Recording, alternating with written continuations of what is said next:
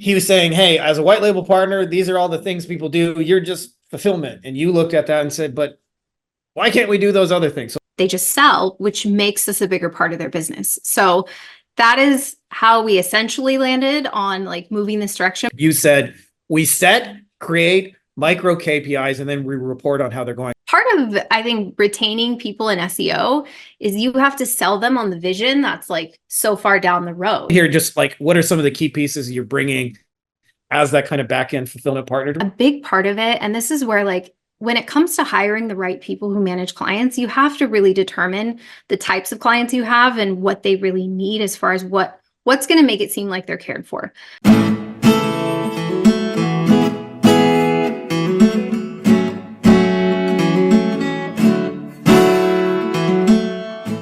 All right, you beautiful, sexy, attractive motherfuckers. I have brought you back for another, what I think is going to be an amazing session. I have Brittany Filori with me from 51Blocks, and we're going to be talking about something cool. They're one of the movers and shakers in our space. We're white label partners, but they do something that's a little bit different than most folks, which is they are not just your fulfillment partner in terms of they'll build the websites, they'll run the ads, do your SEO campaigns and things like that. They are actually somebody who will also help you with onboarding, actually communicating with clients, and almost integrate as a seamless part of your company so that all you have to do is just sell. So that's what we're going to be talking about today. Firstly, Brittany, let's get the obligatory thanks for being here and all that cool stuff out of the way. Yeah.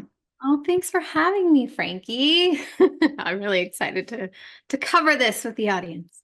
Me too. So you had a cool story off air that I would love for you to kind of start with. You had mentioned you were hanging out in Josh's world. You were talking with JC Height, two good friends of ours here, and you were talking about he was saying, hey, as a white label partner, these are all the things people do. You're just fulfillment. And you looked at that and said, but why can't we do those other things? So let's talk about some of what are those other things and kind of what you guys are building into the kind of just sell model. Sure. So this stems from a conversation Michael and I sat with JC Height. We were introduced through Josh. I think he had done an interview, and we heard that he was a white label before and pretty successful at it. And we were like, oh, interesting. We'd love to just kind of learn and get to know more about his journey with the white labeling side. And we're sitting with JC, and he has a whiteboard, and he pulls up the circle, and he says there's, ops and fulfillment and sales and like your product development. And in my head, I was like, okay, we do that, we do that, we do that, we do that, because in-house we do that. How do we just do it all for everybody else? And then they just sell, which makes us a bigger part of their business. So that is how we essentially landed on like moving this direction. But I will say, to Michael's credit, he's done white label client facing management longer than I've been here with this agency. So he definitely was already on that path. It was just about how to essentially productize it and sell it and pitch it in a way that people would understand. Yeah. And I'll tell you the I think one of the biggest gaps that people have with white label stuff, because there's some really good people that do, like the rankings and the building websites. But, I wrote about this story in my book, but if there are gaps in the communication, clients will still give you all kinds of issues. And the story I kind of wrote about is like, I was talking to my neighbor at my last house in Mexico, and I was just making small talk because he was kind of standing in his yard. And I said, oh, like, nice house you got there. And I was like, just asked him like, hey, what was the process of building that like? His answer really surprised me, because he said, it was the worst fucking experience of my life, man. And I was like, okay, right? Like, that's not normally the answer you hear, like when you're making small talk with the neighbor. And I said, like, what do you mean? And he proceeded to tell me that originally he had heard about the area we were living in. And so he was living in America, and he decided to transfer his life savings to a home builder down in Mexico.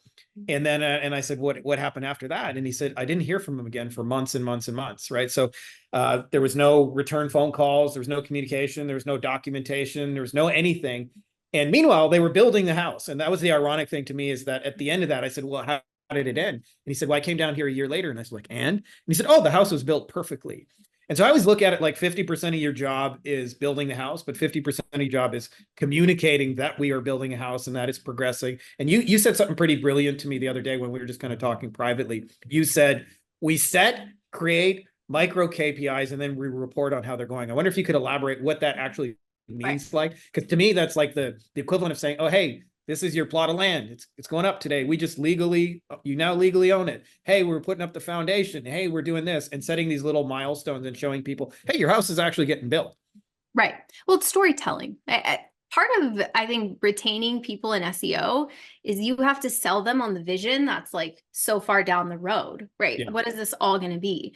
And for us, being in a white label space, some of the hardest barriers for us were making sure that the person who manages the end client was communicating where we were at on that path.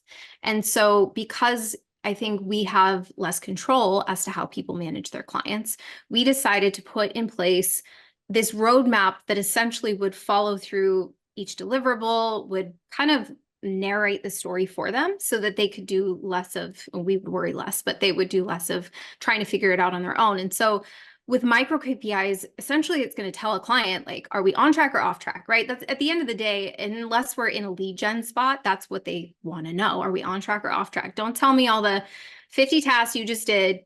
Are we on track or off track? And so we created the micro KPIs as a roadmap to being able to narrate and tell the story of where we're at on that path. And they, for us in SEO, we look at rankings initially, we look at the engagement, we look at how that funnel is essentially pulling in the organic users, then converting them. Then we talk lead gen when it's an appropriate time to talk lead gen, and we look year over year. So we have like just a really cool formula for creating and telling a story of SEO that is something a client can digest, like an end client can actually understand. Yeah, stupid simple language. I don't know if you know this about me, but my first agency was a white label SEO agency in the plastic surgery space. And there's a phenomenon that you kind of alluded to there, which used to drive me fucking crazy, which is at those times I was really good at ranking stuff, like the equivalent of like, I'm a good home builder. Give me your money and I'll build you a home. And I was not so good at what you described of selling the vision. I probably am still not that good at it, but I was especially bad at it back then. And I would get clients who would sign up for me. And then after 4 to 6 months, we'd be like 80% of the way to ranking. And then they would cancel their contract. It's like, what the fuck is wrong with you? Like they're almost at the finish line. Like just, you get them to like number 5 on the first page and there's not really a ton of phone calls, but like 2-3 more spots and your phone's going to be ringing off the hook. And they would cancel, and it'd drive me crazy. Like this was a phenomenon that happened over and over and over, is they would drop off. And in hindsight, like it was exactly like you described, where we weren't really selling a vision. So they didn't realize that, like, hey, if you just continue this process another 3 to 4 months, like every day people are going to be calling you and saying, I found you on the Google. And instead they're going, well, this isn't working. I don't have any leads. There's no ROI and blah, blah, blah. And especially it's the ultimate delayed gratification service where it's like you hire somebody for some shit that might happen 6 to 12 months later. And so I love how you set those kind of micro KPIs and build that vision and allow people to let's talk about the big punchline here, the just sell. So like folks don't have to worry about onboarding. They don't have to worry about updating clients. Right. I understand you guys update people as much as 8 times a month. So you're like very, very much on top of all of that. And all they got to do is just sign up the client and make a little spread off the recurring income. Yeah, exactly. And we talked about this before, but it's like, what is your skill set, right? Every CEO, every founder, the owners, you're not necessarily the best person to manage end clients. And a lot of people who get into our world, as you know, it's like pretty low threshold. Like you can essentially just be good at selling and become a marketing agency owner. And I think that, the big thing for us was like right people, right seats. If we have the right people, our people are here in the States that manage clients, and we can put them in a seat, just plug them into your agency. How long can we create this win-win scenario where we're retaining the client you just landed?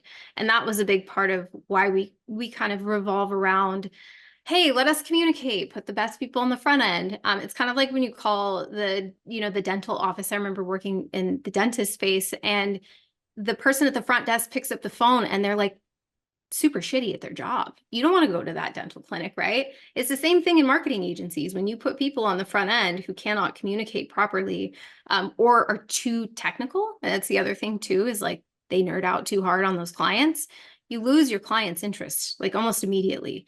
And so the just sell method, the big thing about it is that our people are just completely connected, right? They're connected to the systems, the strategy, their team. Everything is already like operating like an in-house team.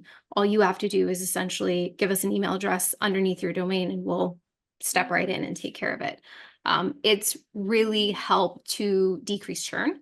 At our agency, we carry 4%. We try and measure and monitor people who utilize the Just Sell method so we can see how we can improve that side. For agencies that manage their own clients, I'm usually like, just do it well. Good luck. I hope you have everything. Yeah. We support them with better communication and things that they need that maybe they don't get from other white labels. But yeah, it's a struggle. It's half and half experience results. Those are what create an ideal, lifetime value for these clients.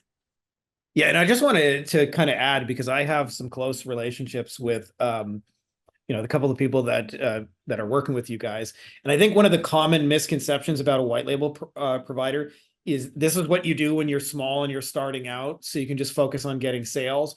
But no big agencies would do this, and it's actually the opposite. There are some relatively large agencies in our space that are entirely white labeled and allow them to just do what they do. Like I made the joke when we were talking before, but it's the truth. Like I have 1,000 sales and marketing books. I have 3 management and fulfillment books. So it's pretty obvious to me which role I should be in.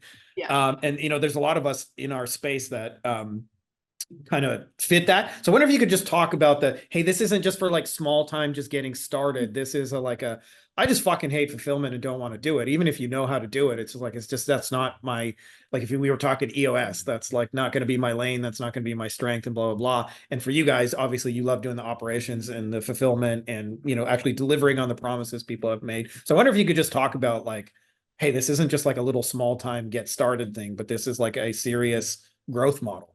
Yeah. I mean, there's a huge, well, first, the narrative of white labels is training wheels. I think that's where a lot of people get the perception that, oh, well, you outsource when you get started because you can't afford an in-house team. And then you hit a certain point, now you have the in-house team. What people forget is that you have the in-house team and tomorrow your SEO person quits. Who's going to do the work, right? Tomorrow That never happens. You can't recruit them, right? Suddenly in the States, we've got an economic crisis. Now everybody wants $80 an hour to do these things. Yeah. Right? Or So the world shuts down in a day and those kind of things. the amount of pressure and headaches that come with an in-house team is what I think a lot of people forget when they glorify being able to build to that extent. And so what's interesting is when you outsource, it's not that you're outsourcing because you don't have the right components. You're outsourcing because they do it at scale, which is where you're trying to go, right? We've already hit a lot of white labels out there that are big. We've already hit a lot of these growth pain points where our agency got to 2 million and then we had to figure it out, right? And then we have to go a little higher and figure it out. So you get to bypass all of that with being able to utilize a white label. And so I think there's a huge benefit in larger agencies utilizing white labels to increase their team's bandwidth. We have another brand called whitelabelseo.io, and we are bigger agencies there that have in-house teams. And they came to us and said, we don't want to do the GBP posting anymore. We don't want to do any of this. My team's so smart. They need to be doing other things. Can we just outsource all of it? And it works beautifully because it's essentially an extension now of their team and their capacity. Yeah. So I think the dialogue comes from people who think that you outsource just to get on your feet. The reality is that you are able to plug into a system at scale where you didn't have to go through the churn and the issues to be able to get there. You're now utilizing something that already operates at that size. And it's very different. That's the other thing too, is that I think when you start out, if you're a consultant or you're in the marketing space, you think that you have to do all these grand shows and deliverables and all these things. And the reality is that your clients just want results. And so what matters is it's almost simplification. Every big agency that I talk to, and I'm in other agency groups where we're like a baby compared to them, they all talk about the fact that you get to a certain point and you have to simplify every process, every system, and just get to the goal. And that's what we do. So it kind of makes me giggle when I hear the dialogue about white labels and they feel like it's this and that and the other, and everybody has an opinion. And I think no two agencies are going to run the same. But the key thing here is that if they've figured out how to do it with hundreds of clients, that is the model that you're trying to essentially replicate at some level. Yeah, and I would also add just to kind of as an addendum to that is I've seen a lot of agencies that are 100% like white label agencies sell. Like the agency is a sellable asset. It's not just like, hey, we wouldn't buy it because you have training wheels kind of thing. And so a lot of people think too, oh, like if I don't manage all this in-house or whatever, and I want to exit in 2, 3 years and get out of it, because a lot of people, it's crazy to me actually how many people, that's a little aside, get into agencies with the intention of like get out. Yeah. But thinking that, oh, if I have this fulfillment partner, nobody's going to want it. But actually the thing that is usually the most important you mentioned is that churn number, is like how many people are actually staying in the machine. And if there's an agency where it's working and the churn is like, sub 5%, as you mentioned, as where most people are losing people every 3 to 6 months, that is a very sellable machine. I wonder if you could just talk a little bit about that, because some people think, oh, with these quote unquote training wheels, I won't be able to sell my agency. And that's really not been at all what I've seen. Right. Well, and part of selling is that you actually want to have less key people, right? Like Yeah. you want to you want a business that can be sellable because they aren't relying on these other 10 people that are now are they going to stay? Are they going to go? Are they going to be part of it? So we have had agencies. It's funny. We've actually had a partnership where it transferred from one of our partners to the other partner. Very open. They both knew they were using us, but I think tracking your numbers and your ability. I mean, everybody's got something a little different going on. People have contracts. We're a month-to-month agency. For me to stand on 4%, that's like pretty good to know that tomorrow everybody could cancel. Yeah, right? I would just say for those of you guys who don't know what the numbers are in our industry, that's excellent. From what I see, most people are keeping clients 60, 90 days, they're churning them. So like it's a crazy high number. And the number of, I say this because I've done a ton of work with attorneys, but I always joke with them and it always gets a laugh, is that the only people who have worse reputations than them are us.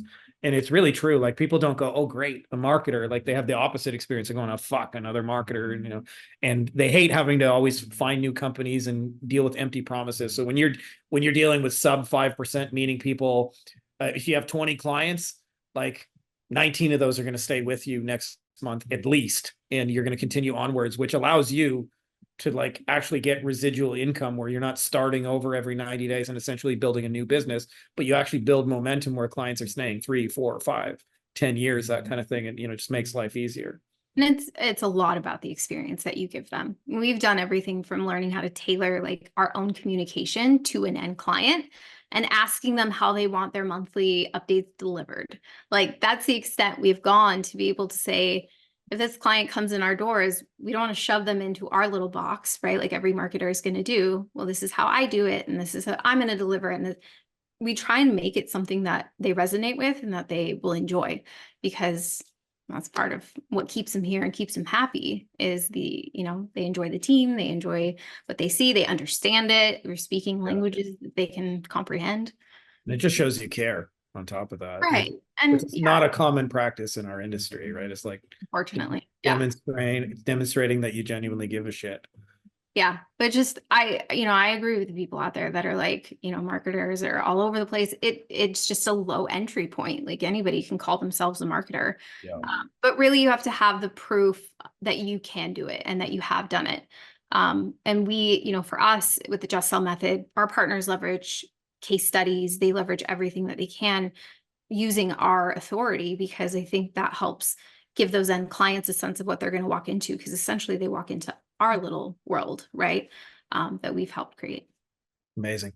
You mentioned a phrase that I'm big on. We had Joey Coleman on the other day. You said client experience.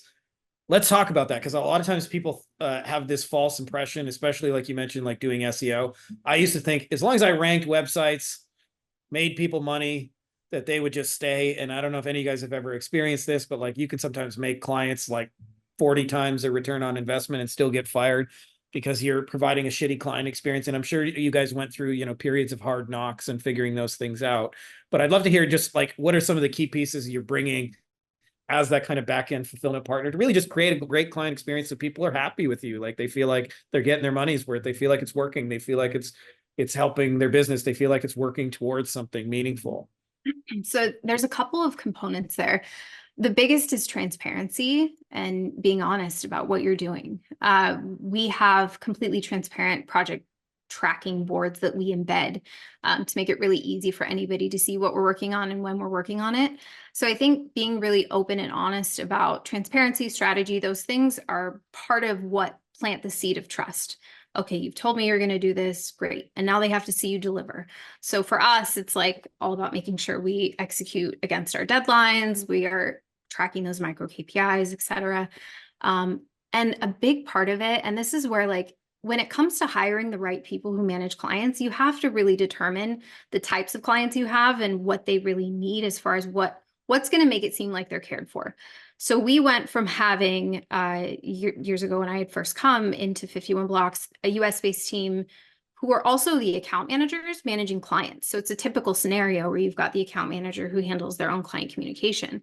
The problem we found with that is that they would speak in words that clients can't comprehend. They weren't really people.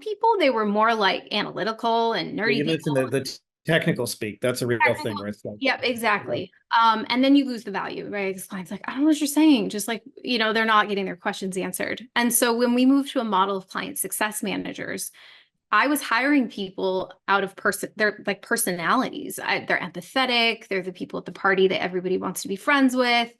And the big thing we teach is that your job is to be an advocate. You're Switzerland. Your job is to make sure that you manage a client's needs and you're their advocate to the team, and vice versa. You make sure that, your team can count on you to get what they need. And so those are our client success managers. They're kind of like your hotel concierge. And it's interesting because we see some people absolutely love it and clients love it. I've never had a complaint about client success managers. It's more so the agency owners who have this conception that a strategist really needs to be the person communicating with the end client. But at the end of the day, it's all about the perception. Does the client feel cared for? Do they feel heard? Do they feel seen, right? We go back to the psychology of it all. And that's really what matters. That's the glue. It works really, really well for us. But I love it. I love the hotel analogy, because that's very, very true. Like the concierge person is not usually cleaning your room, making the pillows. They didn't buy any beds. They didn't remodel it, but they're there to interface with you.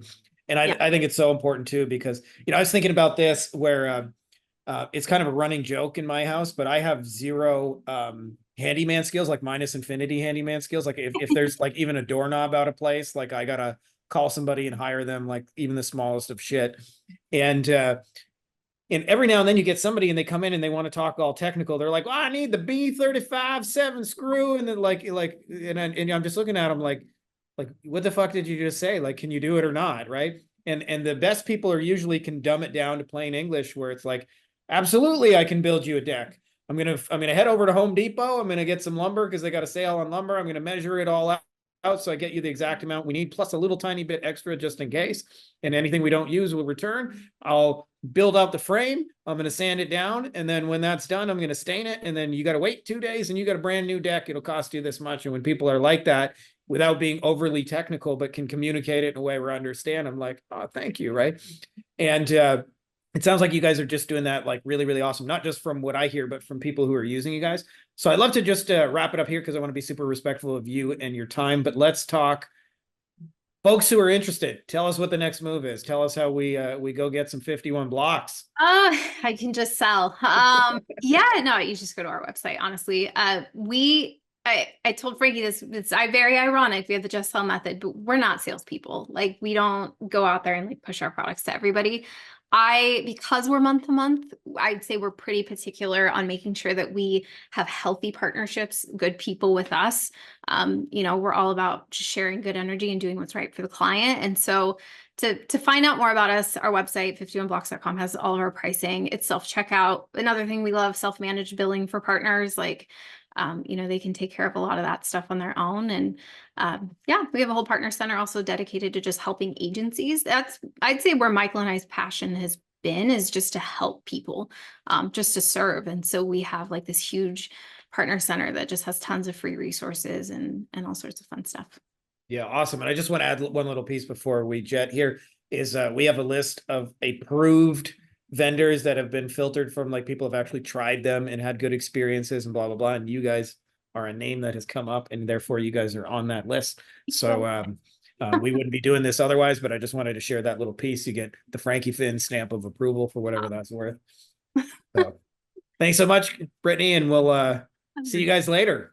Guys, if you like this video, you're also going to want to grab some free bonuses, which you can get at our website, Beyond Agency Profits. To make it easy for you, I've put the links to it in the description of this video, as well as pinned in the top comment. And we've got a couple of awesome things. This is what you'll get after you sign up. You get some of our best training, how we're closing clients over Loom videos, how we sometimes sign clients that is not a misprint for under $5 US, how to demonstrate your value in like amazing ways, trainings, how to have your clients write the best copy of your life, how we're closing without phone calls, campaigns that we've generated for clients that have done over $100,000, as well as scripts you can use to get conversations going with clients in under 10 minutes. All you got to simply do is go there, enter your name and email address, and then this is what you'll see on the other side. So if that's interesting to you, make sure to click the links below, and I will see you on the other side.